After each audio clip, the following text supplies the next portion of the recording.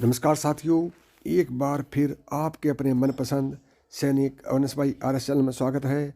साथियों, pension revision जवानों को है, जवानों के लिए है और पॉलिसी लेटर भी बताता है कि 1 रैंक 1 पेंशन जवानों के लिए है। फिर जवानों को घाटा क्यों और अधिकारियों को इतना बड़ा फ़ायदा क्यों और हवलदार को इतना घाटा क्यों? भारतीय सेना का एक रैंक ऐसा है जिसको हम सेना के रीढ़ की हड्डी बोलते हैं और उस रंग को कहते हैं हवलदार। फिर हवलदार की अनदेखी क्यों? आप चाहे एडम देखो, ट्रेनिंग को देखो या ऑपरेशन को देखो, आप हवलदार को नज़रअंदाज नहीं कर सकते हो। लेकिन पेंशन रिवीजन के मामले में हवलदार को नज़रअंदाज क्यों किया गया? क्योंकि एक हवलदार ही किसी सेक्शन का सेक्शन कमांडर होता है, किसी डेट का डेट कमांडर होता है, ऑफिसर्स मैस का मैस हवलदार होता है, जेसीओ मैस का मैस हवलदार होता है। यानी कि सेना की एक यूनिट का कौन सा भाग है जहां हवलदार को इन्वॉल्व नहीं किया जाता है। एक हवलदार ही ऐसा है जो ऑफिसर्स मैस को संभालता है, जेसीओ मैस को संभालता है, राशन को संभालता है, कोत को संभालता है, एमनेशन को संभालता है। यानी कि जहाँ भी देखो वहाँ आपको पूरी जिम्मेदारी का काम एक हवलदार के पास ही होगा। यूनिट में जो भी काम होगा सभी को एक एनसीओ चाहिए। उस एनसीओ को 5 जवान देकर लंबा चौड़ा टास्क दे दिया जाता है और उस हवलदार को पूरे काम को जवाबदेह बना दिया जाता है। आपने देखा होगा पेंशन रिवीजन में एक हवलदार को सबसे कम फायदा दिया है, यानी कि हवलदार को सबसे ज़्यादा घाटा दिया है। आज एक वीडियो यानी कि आज का वीडियो इसी बात पर बनाया है।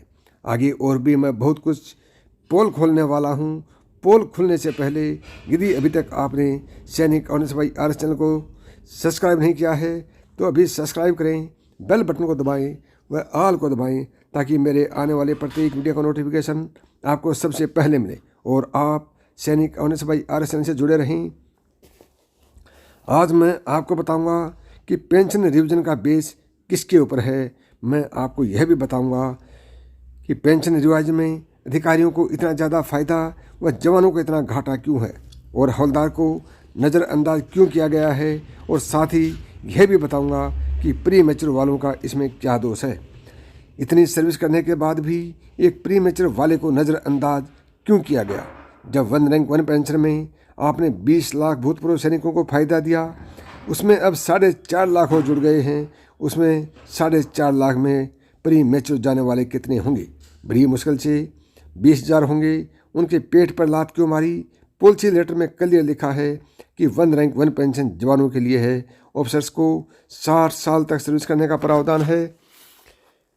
यह रिपोर्ट संसद की स्टैंडिंग कमेटी ने भी मंजूर की है। पेंशन रिवीजन डिफेंस के अलावा कहीं भी नहीं होता है। आर्मी, एयरफोर्स व नेवी के जवानों और जेसीओ को ध्यान में रखकर पे कमीशन की जरूरत पड़ी थी। कम उम्र में, कम सर्विस में और कम पैसा लेकर सेना के जवान रिटायर होते हैं। इन सभी बातों को ध्यान में रखते हुए हर 5 साल में पेंशन रिवीजन करने का प्रावधान रखा गया था। इसके साथ ही लेटर में यह भी क्लियर लिखा हुआ है, तो फिर इसको इम्प्लीमेंट करने में इतनी आनाकानी क्यों? इसको इम्प्लीमेंट करने के लिए चेहरा क्यों देखा जाता है? शक्ल क्यों देखी जाती है? क्या सरकार पर किसी का प्रेशर है? क्या सरकार पर किसी का कोई दबाव है? इसके पीछे सरकार की क्या सोच है? सभी अफसर्स 50 या 60 साल की उम्र में रिटायर होते हैं। उससे कम उम्र में शायद एक आध ही अफसर रिटायर होता होगा। जेसीओ लगभग 45 से 54 साल के बीच में रिटायर होते हैं और जवान लगभग 35 या 40 साल की उम्र में रिटायर हो जाते हैं। और रिटायर होने के बाद घर के बच्चों की पढ़ाई लिखाई, घर बनाना, बच्चों की शादी करनी, सारी जिम्मेवारी का बोझ एक जवान और जेसीओ के कंधे पर होता है। तो हवलदार की इतनी अनदेखी क्यों, जबकि सेना में सारी जिम्मेवारी एक हवलदार संभालता है? अब मैं आपसे बात करता हूँ प्री मैच्योर रिटायर वालों की। प्री मैच्योर वालों को लाभ मिलेगा, लेकिन किसको मिलेगा? जो 1 जुलाई 2014 से पहले प्री मैच्योर आए थे उनको पेंशन रिवीजन का लाभ मिलेगा। अब बात आती है कि नहीं मिलेगा तो प्री मैच्योर वालों को वो क्या करेंगे? पहले तो समय ही बताएगा कि अब उनका क्या होगा। मैं आपको इतना ही कहूँगा कि यदि आपने भी प्री मैच्योर जाने का प्लान बना रखा है तो आप भी सोच समझ कर आएँ।